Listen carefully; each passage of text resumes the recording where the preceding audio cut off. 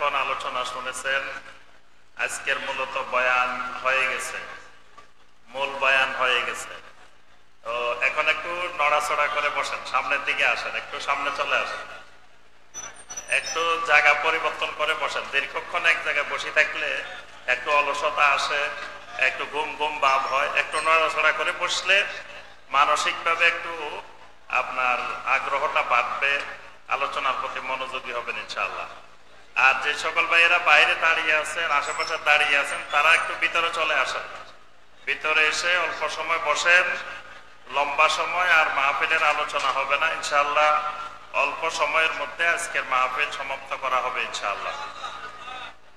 ইন্নাল হামদুলিল্লাহ নাহমাদুহু ওয়া নাস্তাঈনুহু ওয়া নাস্তাগফিরুহু ওয়া নাউযু বিল্লাহি মিন শুরুরি আনফুসিনা ওয়া মিন সাইয়্যাতি আমালিনা।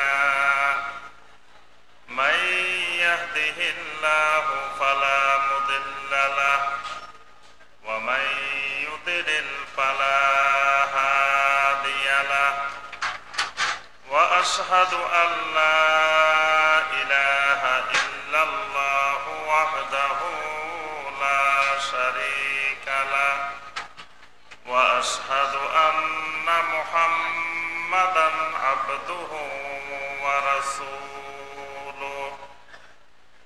আল্লাহুম্মা সাল্লি আলা মুহাম্মাদিন নাবিয়্যিল উম্মি ওয়া আজওয়াজিহি উম্মাহাতিল মুমিনিন ওয়া যুররিয়্যাতিহি ওয়া আহলি বাইতিহি কামা সাল্লাইতা আলা আলি ইব্রাহিম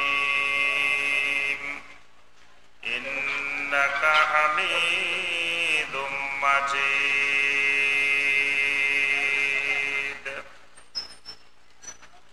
লক্ষ্মীপুর জেলার সদর উপজেলার অন্তর্গত রাজীবপুর এলাকায় অবস্থিত হাবরুল উম্মা মডেল মাদ্রাসা এবং আসমা বিনতে আবি বকর রাদিয়াল্লাহু তাআলা আনহা মহিলা মাদ্রাসা কর্তৃক আয়োজিত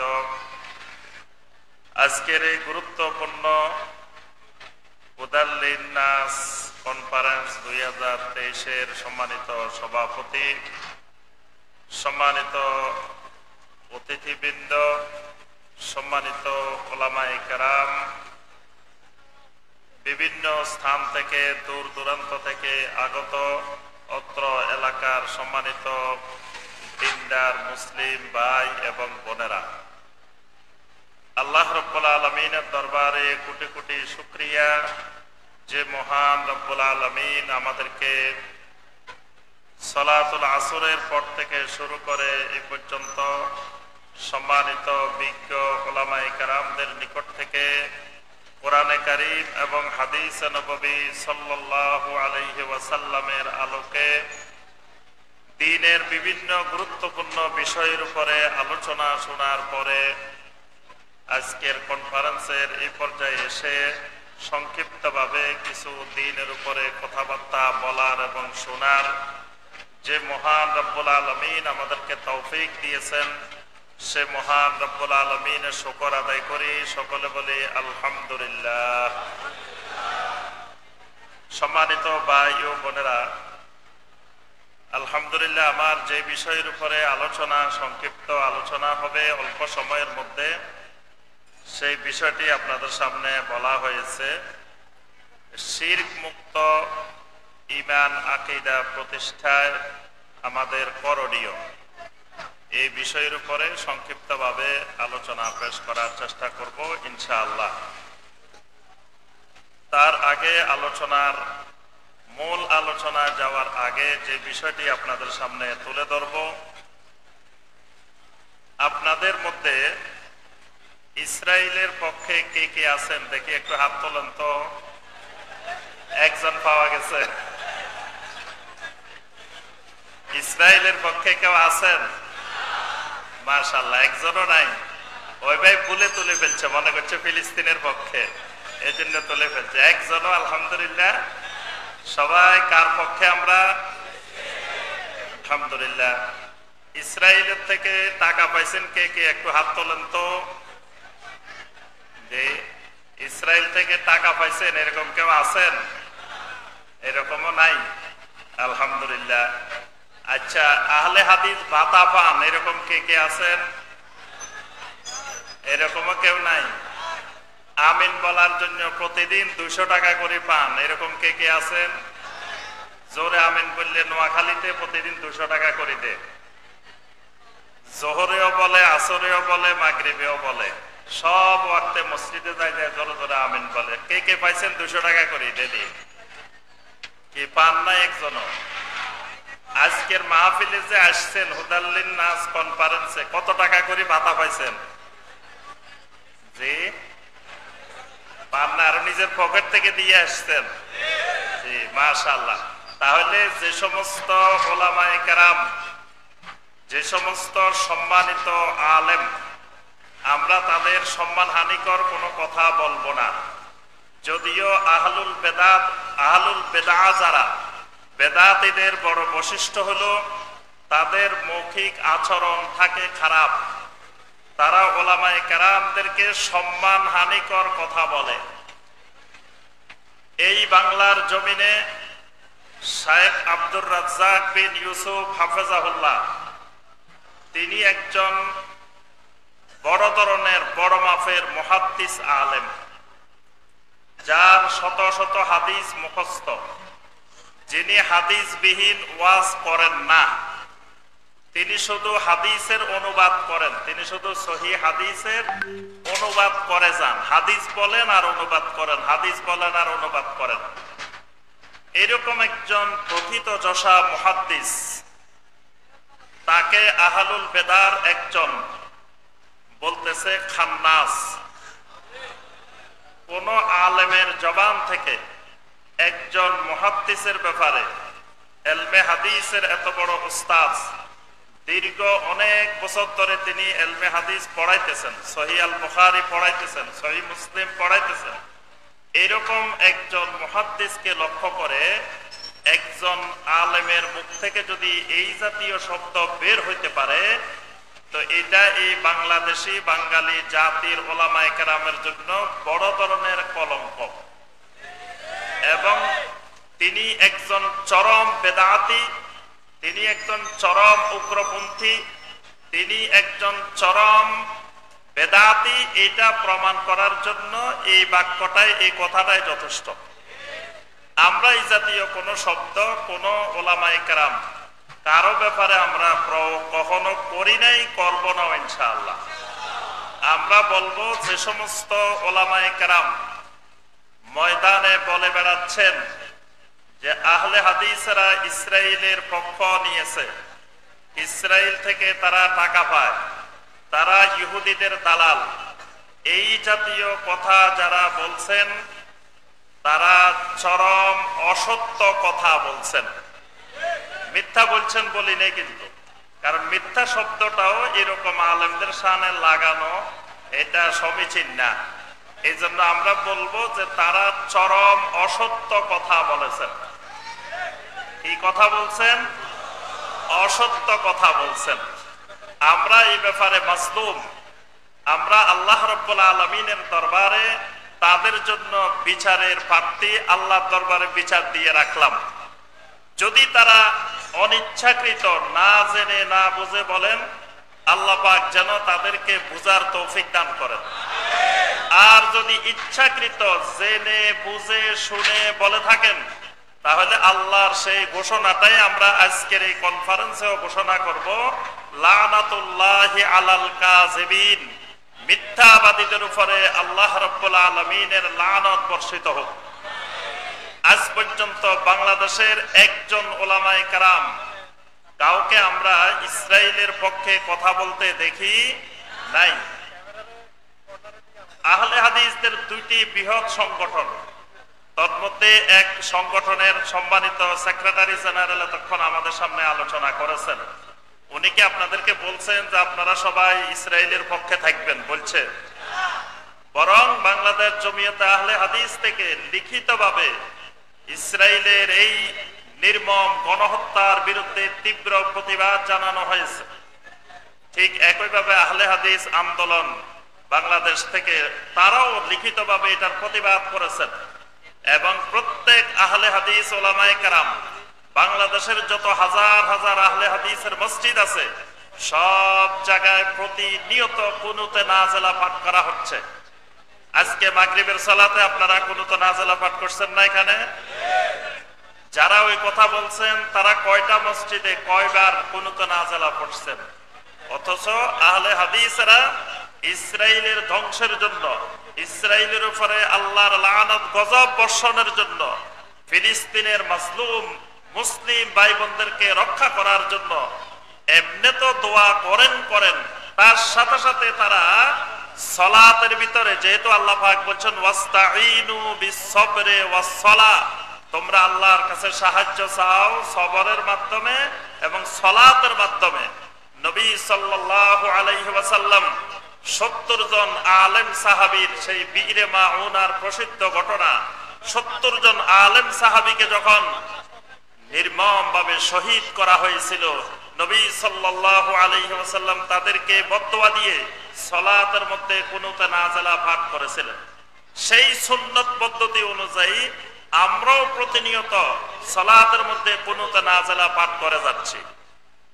তারপরেও একটু আগে শায়েখ বলছেন যে যখন ইসলামের ব্যাপারে কোনো প্রসঙ্গ আসে তখন পৃথিবীর সমস্ত ইসলাম বিরোধী শক্তি ঐক্যবদ্ধ হয়, কিন্তু যখন ইসলাম বিরোধীদের ব্যাপারে আমরা যখন এক হওয়ার কথা তখন ওই ইসরায়েলের বিরুদ্ধে বিষোদ্গার বাদ দিয়ে আহলে হাদিসের বিরুদ্ধে বিষোদ্গার শুরু করে দিচ্ছে।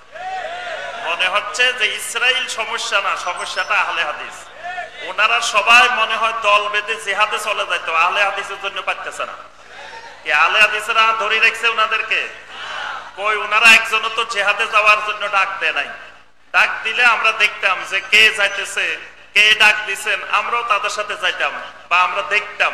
আজ পর্যন্ত একজনকেও আমরা দেখি নাই। তাহলে আহলে হাদিস তাদেরকে এই ব্যাপারে কোনো বাধা সৃষ্টি করে নাই। তবে আহলে হাদিস তাদের কিছু সমস্যা তৈরি করেছে। যে সমস্যাগুলো হলো সমাজে তাদের যে কায়েমি স্বার্থবাদী সংশ্লিষ্টতা, মানে সুন্দরভাবে সমাজে যে স্বার্থগুলো তারা প্রতিষ্ঠিত করে, শিরিক বেদাতের সাথে ঐক্য পোষণ করে, যেইভাবে তারা ঐক্য করে নিছেন, এই ঐক্যের মধ্যে আঘাত এনেছে। এই জন্য দেখা গেছে আজকে সমাজের মানুষ বুঝতে শিখেছে যে এই যে আমাদেরকে ধর্মের নামে, ইসলামের নামে যে কাজগুলো এতদিন করে আসতেছি, আমাদের বাপদাদারা করে আসতেছে, এগুলো ইসলামের কাজ নয়, এগুলো কোরআন সুন্নাহর কাজ নয়, এগুলা শিরিক, এগুলো বেদাত। এই সালাফি মানহাজের দায়ী না থাকলে, আহলে হাদিস ওলামায়ে কেরাম না থাকলে এই বাংলার জনগণ কোনটা শিরিক কোনটা বেদাত এটা বুঝতে পারত না। এটা বোঝার কারণে আজকে তাদের ব্যবসার মধ্যে আঘাত এনেছে। এই কারণে ইসরায়েলের বিরুদ্ধে বিষোদ্গার বাদ দিয়ে আহলে হাদিসের বিরুদ্ধে বিষোদ্গার শুরু হয়ে গেছে। আল্লাহ রাব্বুল আলামিন তাদেরকে বোঝার তৌফিক দান করুন।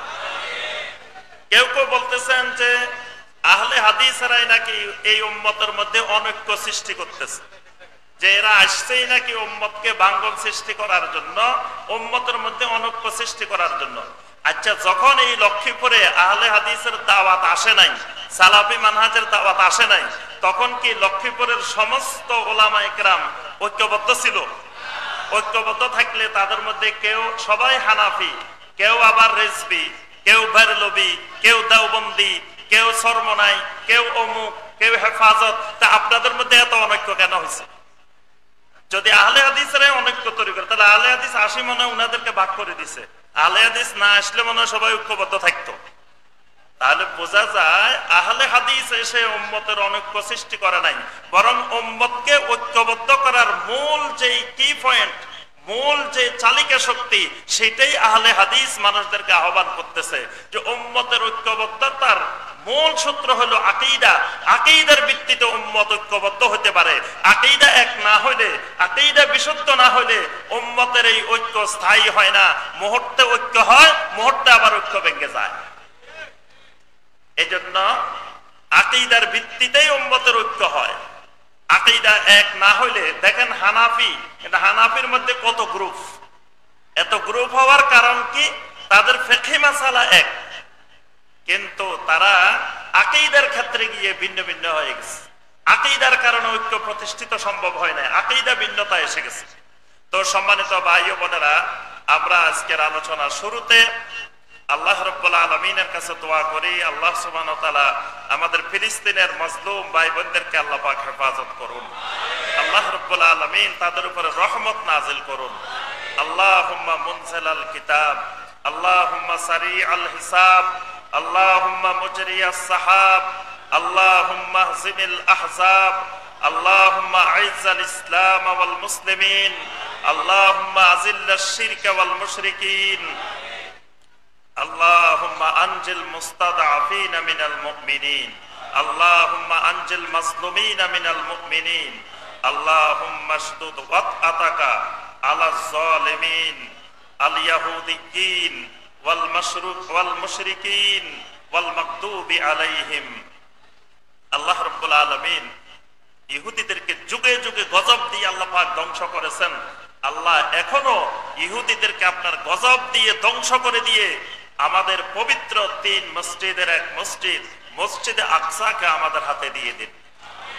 সম্মানিত ভাই ও বোনেরা, আমাদের মূল আলোচনার বিষয় শিরিক। শিরিক মুক্ত ঈমান আকীদা কেমনে গঠন করব? তাহলে আমরা কি এখানে, আমি আরেকটু জিজ্ঞেস করি, লা মাযহাবি কে কে আছেন দেখি? হাত তোলেন তো। লা মাযহাবি কে কে আছেন? একজন পাওয়া গেছে লা মাযহাবি। আর আছেন কে? ওই যে পিছনে দুই একজন আছে। তাহলে লা মাযহাবি বেশি নাই, কিন্তু আমরা মূলত লা মাযহাবি না, আমরা হইলাম লা শিরকি। আমরা হইলাম কি? ভালো করে বলেন, আমরা হইলাম কি? লা শিরকি লা বেদাতি। আমাদের পরিচয় লা শিরকি লা বেদাতি। শিরিকের সাথে বেদাতের সাথে আমাদের কোনো আপোষ নাই, কিন্তু আমরা মাযহাবের বিরোধী না, আমরা মাযহাবের পক্ষের মানুষ, আমরা মাযহাবকে ভালোবাসি। একটু আগে হানাফি মাযহাবের যিনি প্রধান ইমাম, ইমাম আবু হানিফা রাহমাহুল্লাহ সম্পর্কে শায়খ তখন আপনাদেরকে আলোচনা করেছেন। আমরা কি ইমাম আবু হানিফা রাহমাতুল্লাহ আলাইহির বিরোধী? কখনো না। ইমাম শাফি রাহমাতুল্লাহ আলাইহি, ইমাম মালিক রাহমাতুল্লাহ আলাইহি, ইমাম আহমদ বিন হাম্বল রাহমাতুল্লাহ আলাইহি, আমরা মাযহাবের কোন ইমামের বিরোধী নই। এবং মানুষকে হানাফি মাযহাব থেকে বের করা, এটাও আমাদের দাওয়াতের মূল লক্ষ্য উদ্দেশ্য না। আমাদের দাওয়াতের মূল লক্ষ্য উদ্দেশ্য এই বাংলার মুসলিম জনগণকে শিরিক মুক্ত তাওহীদি ঈমান শেখানো, বেদাত মুক্ত সুন্নতি আমল শেখানো। হানাফি মাযহাবের নাম দিয়ে যে সমস্ত শিরক এবং বেদাত সমাজে চলতেছে, এই শিরিক বেদাত থেকে এই বাংলার মুসলিম জনগণকে মুক্ত করা। আমরা ওলি আউলিয়া বিরোধী না। অনেকে কয় এরা ওলি বিরোধী। আমরা অবশ্যই ওলি আউলিয়ার পক্ষের মানুষ। ওলি আউলিয়াদেরকে আমরা সম্মান করি, ওলি আউলিয়াদেরকে মহব্বত করি, ওলি আউলিয়াদের তরিকা, ওলি আউলিয়াদের রাস্তা অনুসরণ করি, কিন্তু ওলি আউলিয়াদেরকে কেন্দ্র করে শিরিক করি না। ওলি আউলিয়াদেরকে কেন্দ্র করে শিরিকের মার্কাজ বানাই না। ওলি আউলিয়াদেরকে কেন্দ্র করে বিভিন্ন ধরনের যে সমস্ত বেদাতি কর্মকাণ্ড, এই সমস্ত কর্মকাণ্ডে আমরা বিশ্বাস করি না। এই জন্য আমাদের পরিচয় হলো আমরা লা মাযহাবি না, আমরা লা শিরকি লা বেদাতি। এই জন্য আমরা দেখবেন কোন ভাই যদি হানাফি মাযহাব অনুসরণ করে, সত্যিকারের হানাফি মাযহাব মেনে চলে, আমরা ওই ভাইয়ের সাথে কোনো ধরনের বিদ্বেষ পোষণ করি না এবং ওই ভাইয়ের বিরুদ্ধে আমাদের কোনো অভিযোগ নেই। কিন্তু তিনি যদি হানাফি মাযহাবের নাম দিয়ে শিরিক করেন, বেদাত করেন, আমরা ওই শিরিকের বেদাতের বিরোধী। এই জন্য আমরা মূল কথা হলো আমরা মাযহাবের বিরুদ্ধে দাওয়াতে নামি নাই। আমাদের দাওয়াত কিসের বিরুদ্ধে? শিরকের বিরুদ্ধে এবং বেদাতের বিরুদ্ধে। এজন্য শিরিক সম্পর্কে আমাদেরকে বিস্তারিত জানা দরকার, যেহেতু এটাই আমাদের দাওয়াতের মূল বিষয়বস্তু। মানুষকে শিরিক সম্পর্কে বুঝাইতে হবে, শিরিক সম্পর্কে জানাইতে হবে, শিরিক মুক্ত ঈমান আকীদা কিভাবে গঠন করবে এটা দাওয়াত দিতে হবে। এজন্য বিষয়গুলো ভালোভাবে না জানলে আমরা দাওয়াত দিব কিভাবে? আচ্ছা, এখন আসেন শিরিক কাকে বলে, শিরিক কত প্রকার, শিরিক কি কি, এগুলো মোটামুটি আমরা সবাই কম বেশি জানি এবং অনেক আলোচনা হয়। আলহামদুলিল্লাহ এই দেশে সালাফি মানহাজের উলামায়ে কেরাম যেই পরিমাণ শিরক আর বিদআতের আলোচনা করেন তার শতভাগের এক ভাগও অন্যান্য মানহাজের উলামায়ে কেরাম আলোচনা করেন না। বিদআতের আলোচনা তো একেবারেই নাই। কোন তরিকার মধ্যে, চাই দেওবন্দি বলেন, চাই বেরলভী বলেন, চাই রিজভী বলেন, চাই যেই তরিকায় বলেন, বিদআতের কোনো আলোচনা নাই। কারণ তারা সব বেদাতকে বানাই নিছেন হাসানা। বেদাতকে বানাই নিছেন কি হাসানা, সব সুন্দর। তো অসুন্দর কিছুই নেই, সুতরাং বেদাতে নেই। আবার কিছু মূর্খ রিজভী বেরলভীদেরকে শিখাই দেওয়া হয়েছে বেদাত মানে নতুন জিনিস। তো সবই তো নতুন জিনিস, মাইকও নতুন জিনিস, লাইটও নতুন জিনিস, প্যান্ডেলও নতুন জিনিস, এসিও নতুন জিনিস, মাদ্রাসাও নতুন জিনিস, বিমানে হজে যায় এইও নতুন জিনিস। তো সবই তো বেদাত। তো বেদাত আর খারাপ কি? এই জাহালতি সংজ্ঞা, বেদাতের কনসেপ্ট, বেদাতের ধারণা কিছু মানুষকে শিখাই দেওয়া হচ্ছে। এজন্য তাদের কাছে বেদাত আর খারাপ কিছু না, বেদাত তো সবই বেদাত। অথচ এগুলোর সাথে যে বেদাতের সম্পর্ক নাই, শরীয়তের পরিবেশে বেদাত কাকে বলে এই বিষয়ে কোনো গবেষণা, লেখাপড়া, আলোচনা বাংলার জমিনে নাই বললেই চলে। এজন্য একমাত্র সালাফি মানহাজের উলামায়ে কেরামদের যেহেতু মূল প্রতিপাদ্য দাওয়াতই হলো শিরিক মুক্ত তাওহীদি ঈমান, বেদাত মুক্ত সুন্নতি আমল, এই কারণে এই আলোচনাগুলো এই সমস্ত মাহফিলে বেশি হয়। আজকে আমরা অল্প সময়ে দুটা জিনিস বলবো। প্রথম জিনিস, আমাদের দেশে শিরিক আছে কিনা? আছে না? লক্ষ্মীপুরে আছে না? নোয়াখালীতে, চাঁদপুরে, আর বাংলাদেশের কোথাও নাই? যে এলাকার ভাইয়েরা ফোন করে কয় সাহেব জানেন আমাদের এলাকায় সবচাইতে বেশি শিরিক, উনি তো জানে না আরেক এলাকার খবর, উনি মনে করে খালি উনার এলাকায় সবচেয়ে বেশি শিরিক। ব্রাহ্মণবাড়িয়ার কোনো ভাই যদি আপনার কাছে যোগাযোগ করে কবে যে ভাই আমাদের এলাকায় যে শিরিক বাংলাদেশের আর কোথাও নাই। সিলেটের কেউ যদি আপনার সাথে যোগাযোগ করে ভাই সিলেটে যে শিরিক বাংলাদেশে আর কোথাও নাই। চট্টগ্রামের কেউ যদি যোগাযোগ করে বলবে যে চট্টগ্রামে যে শিরিক বাংলাদেশে আর কোথাও নাই। আসলে সব জায়গায় একই রকম। সেই লক্ষ্মীপুরেও আছে, নোয়াখালীও আছে, ফেনীও আছে, কুমিল্লাও আছে, একবার সব জায়গায় আছে। এজন্য শিরকের অভয়ারণ্য আমাদের এই মাতৃভূমি, আমাদের এই বাংলাদেশ। এখন এই শিরিক গুলো যারা করেন, যারা এই শিরিকের রোগে আক্রান্ত, তারা কিন্তু তারা যে রোগী এটা বুঝতে পারে না। সমস্যাটা হচ্ছে এই জায়গায়। রোগী যদি বুঝে সেই রোগী, তাহলে অল্প দিনে সুস্থ হয়ে যাবে। রোগী যদি না বুঝে তার অসুখ, সেই রোগী এটা না বুঝতে তার চিকিৎসা দেওয়া কঠিন। পাগল যদি বুঝে সে পাগল, অল্প দিনে সে সুস্থ হয়ে যাবে। পাগল যদি বুঝে যে আমি পাগল, তাহলে অল্প দিনে তার চিকিৎসা সে ভালো হয়ে যাবে। মানে পাগল যদি বুঝে সে পাগল, 50% ট্রিটমেন্ট শেষ, আর 50% করলে সে সুস্থ। কিন্তু পাগলের সমস্যা হয়েছে সেই যে পাগল এটা তো বুঝে না। শিরিককারী যারা, শিরিকের নেশায় যারা আক্রান্ত, এরা নিজেরা বুঝে না যে তারা শিরিককারী। তারা মনে করে তারা বিরাট কাজ করতেছে, তারা একমাত্র সঠিক কাজ করতেছে। এই কারণে দেখেন আবু জেহেল, আবু লাহাব, উতবা, সাইবা, তারা কি শিরিককারী ছিল না? কিন্তু তারা আল্লাহর কাছে কি দোয়া করছেন? আল্লাহুম্মা ইন কানা হাযা হুয়াল হাক্কা মিন ইনদিক ফাআমতির আলাইনা হিজারাতাম মিনাস সামা। আবু জাহেলেরা আল্লাহ রাব্বুল আলামিনের কাছে দোয়া করতেছেন, আয় আল্লাহ, আল্লাহুম্মা, আয় আল্লাহ, ইন কানা হাযা হুয়াল হাক্কা মিন ইনদিক, যদি মুহাম্মদ সাল্লাল্লাহু আলাইহি ওয়াসাল্লাম আপনার পক্ষ থেকে সত্য নবী হয়ে থাকে, তিনি যদি সত্য দাওয়াত পেশ করে থাকেন, ফাআমতির আলাইনা হিজারাতাম মিনাস সামা, তাহলে আসমান থেকে আমাদের উপরে পাথরের বৃষ্টি নাজিল করেন। তার অর্থ হলো আমরা যে মতাদর্শের উপরে আছি এটাই হক, মুহাম্মদ সাল্লাল্লাহু আলাইহি সাল্লাম যেটার উপরে আছে এটা বাতিল, নাউজুবিল্লাহ। তাহলে তারা শিরিককারীরা তারা যে হকের উপরে আছে, কত কঠিন দৃঢ় বিশ্বাস হলে আল্লাহ রাব্বুল আলামিনের কাছে এরকম দোয়া করছে। আজকের জামানায় যারা শিরিককারী ওরা ওই শিরিককারীর থেকেও মারাত্মক। ওই শিরিককারীরা বিপদে পড়লে শিরিক করতো না, বিপদ থেকে উদ্ধার হলে শিরিক করতো। ফাইদা রাকিবু ফিল ফুলকে দাউল্লাহ মুখলিসিনা লাহুদ্দিন। আল্লাহ রাব্বুল আলামিন বলেন, সাগরের মাঝখানে যখন মুশরিকেরা বিপদে পড়ে, যখন প্রচন্ড বাতাসে জাহাজ একবার এদিকে ডুবে একবার এদিকে ডুবে, তখন দাউল্লাহ মুখলিসিনা লাহুদ্দিন, বলে আল্লাহ তুমি ছাড়া আমাদেরকে সাগরের মাঝখানে বাঁচাইবার কেউ নাই, আল্লাহ আমাদেরকে বাঁচাও। একেবারে মুখলেস হয়ে দোয়া করে। ফালাম্মা নাজ্জাহুম ইলাল বাররি ইদা হুম ইউশরিকুন।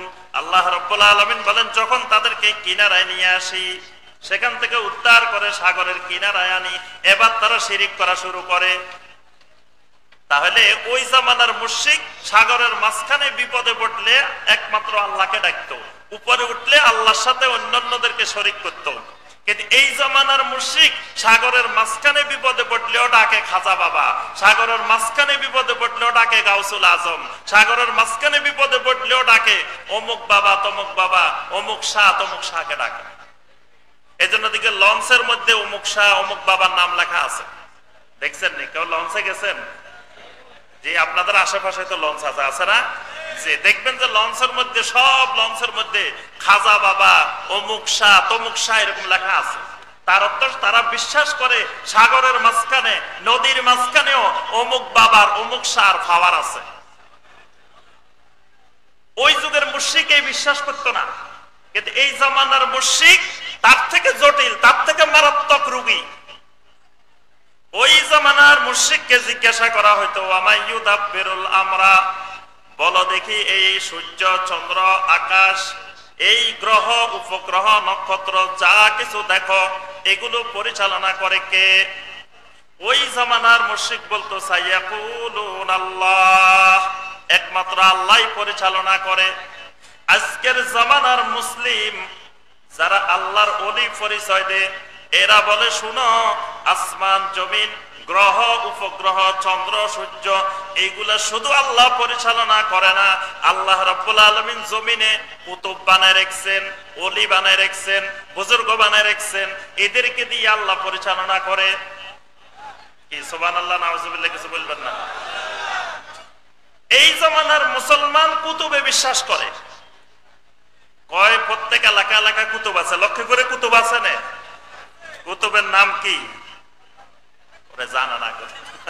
প্রত্যেক জনপদে প্রত্যেক এলাকা নাকি কুতুব আছে, এবং কুতুবদের স্তর আছে, কুতুবদের একটার পর একটা স্তর আছে। আবদাল আছে, আওতাদ আছে, তারপরে ফিরে কামেল আছে, ফিরে নাকাস আছে, এইভাবে পর্যায়ক্রমে স্তর আছে। এই স্তরে স্তরে এরা নাকি আল্লাহর প্রশাসন পরিচালনা করে। তাহলে কত বড় শিরকের মধ্যে ডুবে আছে। আজকে সকালে ফেসবুকে আমি জামালপুর থেকে আসতেছি, সকালে তো আসতে আসতে যখন সময় পাই তখন আমি উলামায়ে কেরামদের আলোচনা শুনি।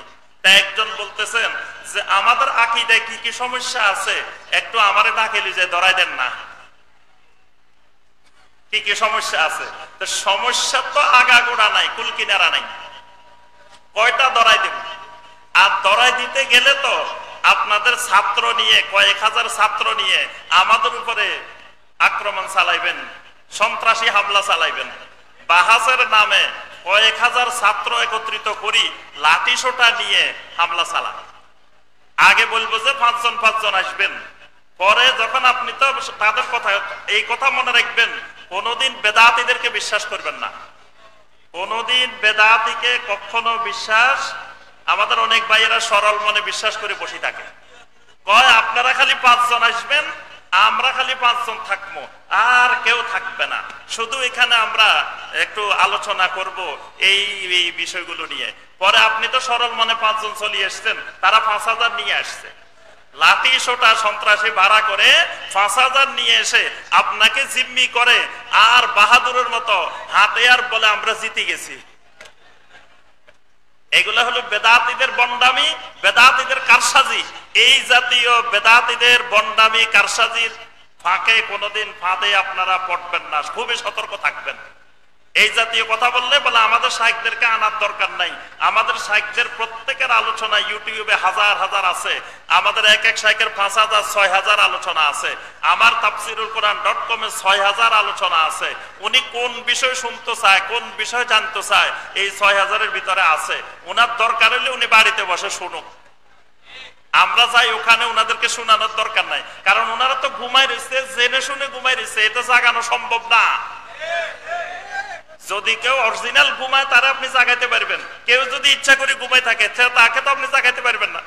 একজন কয় শুনেন, আমার যদি কেউ বুঝাই দিতে পারে আমি তার জন্য 2 লাখ টাকা চ্যালেঞ্জ দিলাম, 2 লাখ টাকা দিয়ে দেব। এখন আপনি যে বুঝাইলেন, বুঝানোর পরে হে কয় না আমি বুঝি না, এটা বুঝাইলেন না আমি বুঝি না, এটা বুঝাইলেন বুঝি না, তো হেরে বুঝাইবেন কেমনে? এর বুঝানোও লাগবে না, 2 লাখ টাকা দেওয়াও লাগবে না। বাংলাদেশে এরকম হকার আছে, দেখুন অনেক হকার অনেক চ্যালেঞ্জ করে এরকম বসে বসে যে 2 লাখ দিব, 3 লাখ দিব, 1 কোটি দিব, এই করব সেই করব, তারা খালি একটু বুঝাই দেওয়ার জন্য। তো তারা কেমনে বুঝাবে? সেই কবে যে আমি বুঝি না। সেই বুঝার হইলে সে কামাল পাস করলে বুখারী শরীফ এটা পড়ি সে কামাল পাস করছে, সে দাওরা পাস করলে বুখারী শরীফ এটা পড়ি তো দাওরা পাস করছে। তো তার বুখারীর মধ্যে হাদিস এগুলো আছে না, আমরা যেগুলো তারে বলবো হাদিস এগুলো ওখানে আছে না। তো সে বুঝার হইলে ওখান থেকেই তো বুঝতে পারে। তা তাকে কি আলাদা ডাকিলি যে আমরা খাওয়াই দিতে হইব নাকি? এটা কি তাবিজ নি যে লেখে তারা আটকাই দিতে হইব গলার মধ্যে? ঠিক বলেন। এই জন্য আমার সম্মানিত ভাই ও বোনেরা, যে বিষয়টা আমরা বলছি যে শিরকের মধ্যে ডুবে আছি, দেখবেন বড় বড় বুজুর্গ কবরের পাশে যাই আপনার মোরাকাবা করে, কবরের থেকে ফয়েজে বরকত আসবো, রুহানি ফয়েজ আসবো। কি আছে না এরকম? এই রুহানি ফয়েজের বিশ্বাস শিরকের বিশ্বাস। কোন আল্লাহর ওলির কবর থেকে কখনো কোনো রুহানি ফয়েজ আসবে না। মানুষ মারা যাওয়ার পরে রুহানি ফয়েজ আসতে পারে না। যদি কেউ বিশ্বাস করে রুহানি ফয়েজ আসে, এটা শিরিক। তারপরে আকাবেরেরা মাদ্রাসায় ঘুরেফিরা করে, কয় আমাদের রশিদ আহমদ গাঙ্গুহি রহমতুল্লাহ আলাইহি, হাজী আমদাদুল্লাহ মুহাজিরে মক্কি রহমতুল্লাহ আলাইহি, আকাবেরেরা সব আমার মাদ্রাসায় আসি যে ঘুরাফিরা করে। তো মারা গেছে মাদ্রাসায় আসি কেমনে ঘুরাফিরা করে? এটা শিরকি বিশ্বাস। কিন্তু মানুষ তো মনে করতেছে ওরে আল্লাহ, দেখো কি কত বড় আল্লাহর ওলি, যে মাদ্রাসায় আগের সব বুজুর্গরা মাদ্রাসায় ঘুরে ফিরা করতেছে আরে দেখতেছে। ওদিন এক বন্ড দেখলাম ফেসবুকে, দেখলাম সে রাসূলের দেখতেছে, দেখছেন নি আপনারা? সে নাকি রাসূল দেখতেছে, এরকম স্টেজের মধ্যে সে ইয়া রাসূল করে করে বন্ডামি করতেছে, দুষ্টামি করতেছে, আর মানুষের ধোঁকা দিতেছে। মানুষ তো মনে করতেছে ওরে আল্লাহ, হুজুরের বুঝি রাসূল দেখা যাইতেছে, রাসূল দেখে ফেলছে, রাসূল এসে গেছে। এই জাতীয় অসংখ্য শিরকি বিশ্বাস রন্ধ্র রন্ধ্রে ঢুকে আছে। এখন এই শিরিক থেকে বাঁচতে হলে কি করতে হবে? এই কথাটা বলে আমার আলোচনা শেষ। আপনাদেরকে বেশি রাত পর্যন্ত কষ্ট দেওয়া হবে না, মাহফিল ইনশাআল্লাহ তাড়াতাড়ি শেষ হবে। তো আমাদের আরো 2 জন ভাই আলোচনা করবেন। আমাদের ভাই জামশেদ মজুমদার হাফেজাউল্লাহ আলোচনা করবে। আমাদের শাইখ মুস্তাফিজুর রহমান, তিনি আজকের এই কনফারেন্সের সভাপতি, ওনার আলোচনার মাধ্যমে আজকের আমাদের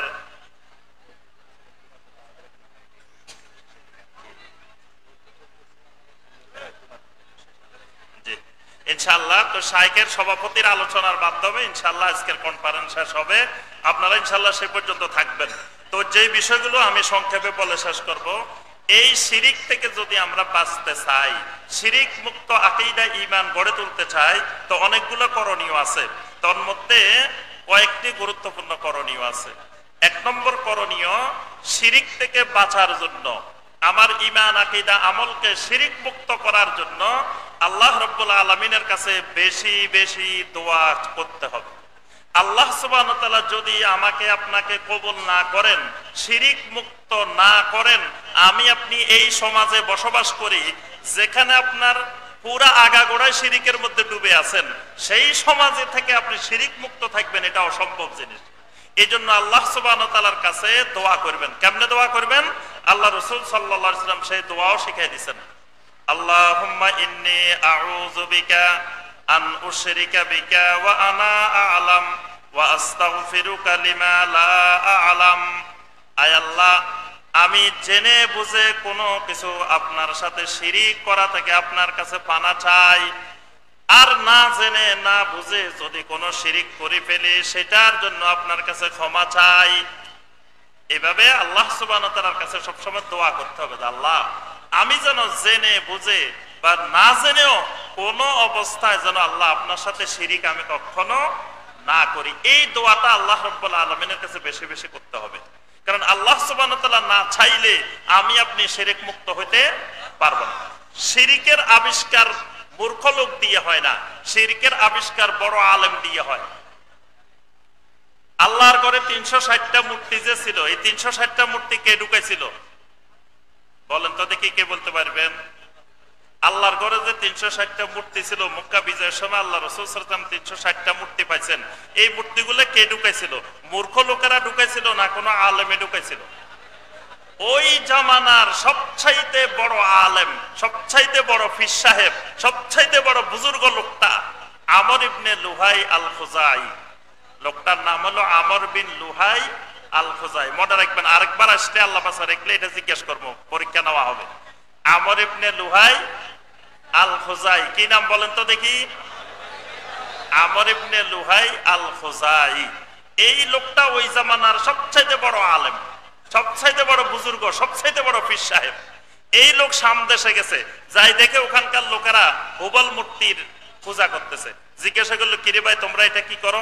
কয় এই এর কাছে বৃষ্টি চাইলে বৃষ্টি দে, রিজিক চাইলে রিজিক দে, যা যা দরকার আমাদের সব দে। তো কয় এরকম একটা তো আমাদের মক্কায়ও দরকার। তো তারা একটা হাদিয়া দিয়ে দিছে বড় হুজুরের। বড় হুজুরে এটা মক্কায় নিয়ে আসছে, আনি কয়দিন ঘরের মধ্যে পালাই দিছে, সাহস পায় নাই যে এটা আল্লাহর ঘরে ঢুকাইবো। তো সবাই হুজুরের কাছে আসে আর দেখে যে এখানে মূর্তি একটা। জিজ্ঞেস করে, হুজুর এটা কি? কয় এটা শাম দেশের লোকেরা এই সমস্যার জন্য ব্যবহার করে, আমাকে হাদিয়া দিছে। তবে আমরাও তো ব্যবহার করতে পারি। হুজুর কয়, হ্যাঁ পারো, তবে আমার কাছে ভয় লাগতেছে আল্লাহর ঘরে নিতে, তোমরা এটা থেকে আমার ঘরে চাইতে পারো। তো কিছুদিন ঘরে চাইছে, এরপরে কয় না ঘরে থাকলে হবে না, আপনার ঘরে আমরা কয়বার আসবো, মহিলারা কয়বার আসা যাওয়া করবে, আমাদের তো প্রতিদিন দরকার, এটাকে আল্লাহর ঘরে দিয়ে দেন। তখন এই আমর বিন লুহাই প্রথম মূর্তিটা যেদিন আল্লাহর ঘরে নিছে, মক্কার কিছু একনিষ্ঠ হানিফ তাওহীদবাদী যুবক সেদিন চরম আকারে বাধা দিছিল। বাধা দেওয়ার পরে মক্কার মুরব্বীরা কয় কি, এই মিয়া আমাদের বড় হুজুরে বেশি বুঝে না তোমরা বেশি বুঝো? তোমরা বুখারী শরীফ বাংলা বুখারী পড়ি, তোমরা কি বেশি বুঝি গেছো? আমাদের এত বড় পীর সাহেব, এত বড় হুজুর, এই জমানার সবচেয়ে বড় আলেম, উনি বুঝে না? উনি বলতেছে এটা করলে শিরিক হবে না, আর তোমরা বলতেছো এটা করলে শিরিক হবে। এই যুবকদের বাধা কেউ শুনে নাই। এই আল্লাহর ঘরের মধ্যে ওই দিন মূর্তিটা ঢুকাই ফেলছে। একটা ঢুকানোর পরে আস্তে আস্তে আস্তে আস্তে বাড়তে বাড়তে বাড়তে বাড়তে কয়টা হয়েছে? 360টা হয়েছে। আল্লাহ রাসূল সাল্লাল্লাহু আলাইহি ওয়াসাল্লাম যেদিন মক্কা বিজয় করছেন সেদিন 360টা। তো এই যে মূর্তিটা ঢুকলো কার হাত দিয়ে? এই আলেমের হাত দিয়ে, পীর সাহেবের হাত দিয়ে, বুজুর্গ লোকের হাত দিয়ে। এই জন্য এই পর্যন্ত আল্লাহর জমিনে যত শিরিক আবিষ্কার হয়েছে, যত বেদাত আবিষ্কার হয়েছে, কোন মূর্খ লোক দিয়ে হয় নাই, বড় বড় আলেম দিয়ে হয়েছে। দেখবেন মূর্খ লোক নিজেকে আল্লাহ রসুলের গোলাম বলে না, অনেক পীর সাহেবেরা নিজের মুহাম্মদ সাল্লাল্লাহু আলাইহি ওয়াসাল্লামের গোলাম বলে, আছে না? এই মুহাম্মদ সাল্লাল্লাহু আলাইহি ওয়াসাল্লামের গোলাম বলা কি? শিরিক। আল্লাহ রাসূল সাল্লাল্লাহু আলাইহি ওয়াসাল্লাম পৃথিবীতে আসছেন মানুষকে মানুষের গোলামি থেকে মুক্ত করে আল্লাহর গোলাম বানাবার জন্য। এখন মানুষ, আমাদের দেশের পীর সাহেবেরা মুহাম্মদ সাল্লাল্লাহু আলাইহি ওয়াসাল্লামের গোলাম হয়ে বসে রয়েছে, কয় আমি মুহাম্মদ সাল্লাল্লাহু আলাইহি ওয়াসাল্লামের গোলাম। কত বড় শিরকি কথা! এরপরে তারা বলে তাজিমি সাজদা নাকি জায়েজ, সাজদার দুই ভাগে ভাগ করছে।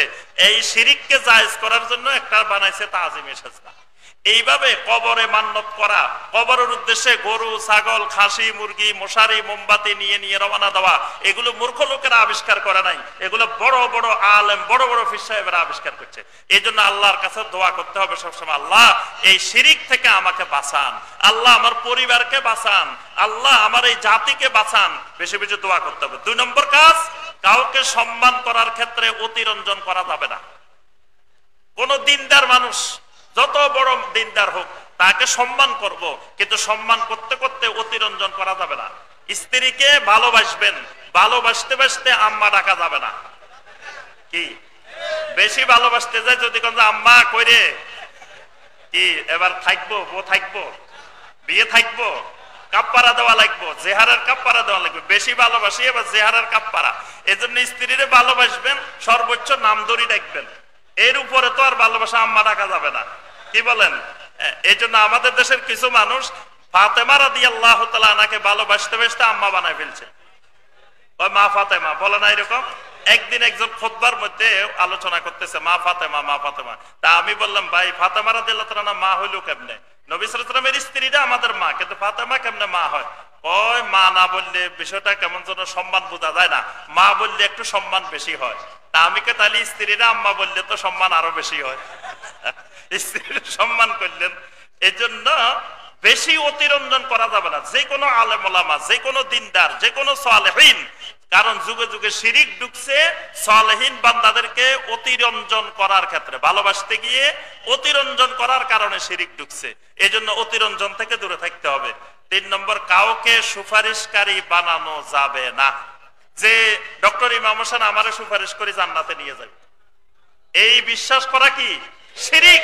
এই জন্য শেখ মুস্তাফিজুর রহমান মাদানী আমার জান্নাতে নিয়ে যাব সুপারিশ করি, এই বিশ্বাস করা কি শিরিক। কোন ব্যক্তি আপনাকে জান্নাতে নেওয়ার ক্ষমতা নাই, বরং অন্যের আমল দিয়ে আপনার কোনো লাভ নাই। আপনার আমল দিয়ে আপনার নিজেকে বাঁচতে হবে। আমার আমল দিয়ে, শাইখের আমল দিয়ে আপনার কোনো লাভ নাই। আপনার নিজের আমল দিয়ে নিজে বাঁচতে হবে। এই জন্য আমি কোনো কিছু করলাম না, অমুক আমারে সুপারিশ করে নিয়ে যাব, এইরকম সুপারিশকারী বানানো যাবে না। বাংলাদেশে শিরিকের ব্যবসা চলে এটা দিয়ে।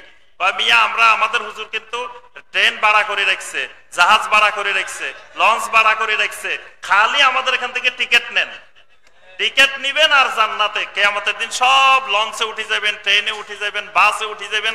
এই শাফাআতের ব্যবসা বাংলাদেশের রমরমা ব্যবসা। এই জন্য এটা শিরিকের বড় একটা মাধ্যম।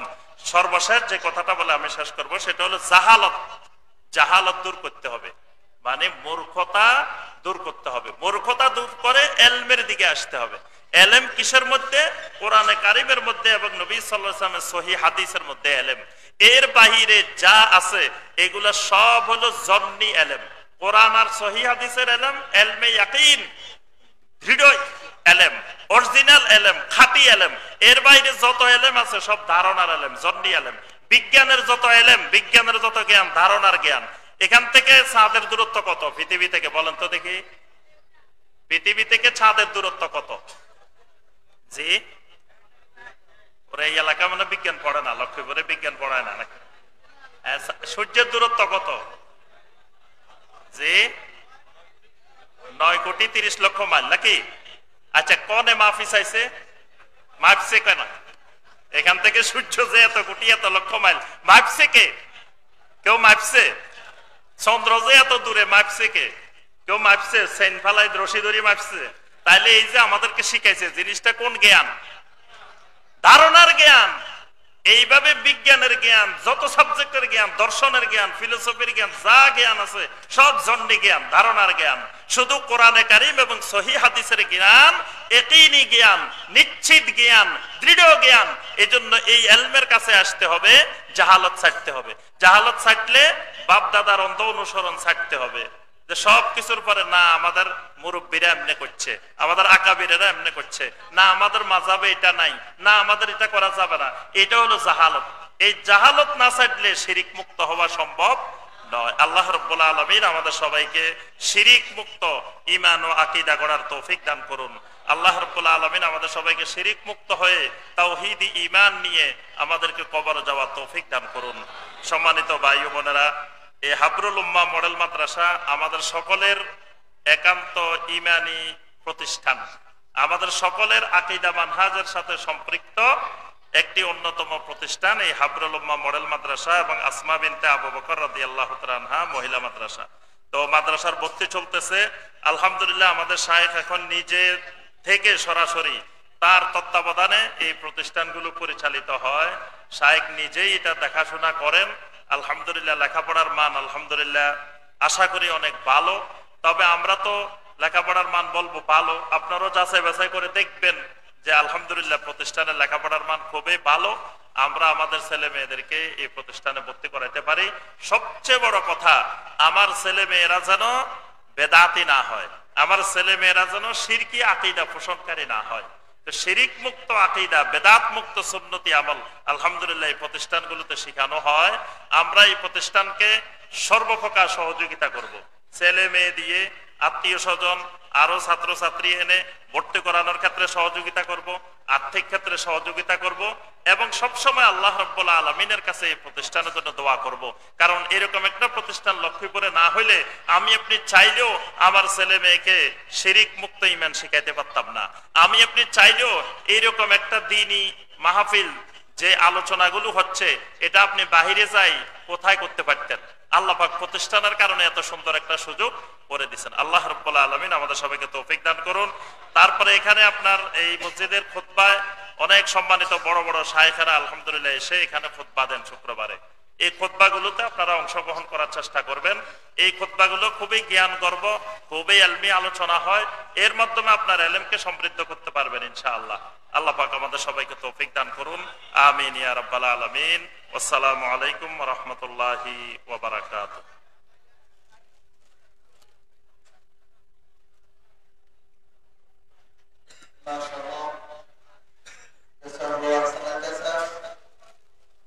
আমাদের সম্মানিত শাইখের জন্য বিশেষ সম্মাননা রয়েছে।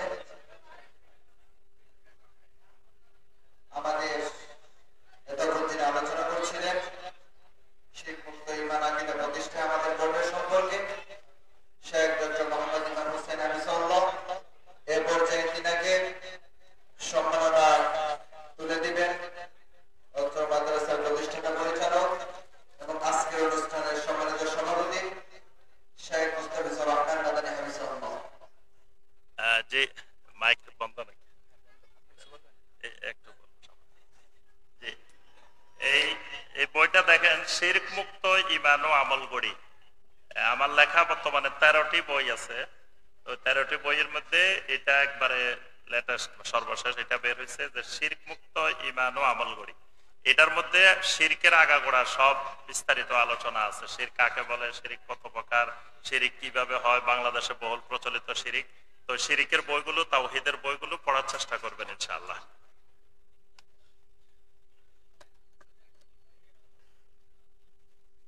আমাদের সম্মানিত শেখ ডক্টর মোহাম্মদ ইমাম হোসেন হাফিজাহুল্লাহকে বিশেষ সম্মাননা তুলে দিচ্ছেন শেখ মুস্তাফিজুর রহমান মাদানী হাফিজাহুল্লাহ।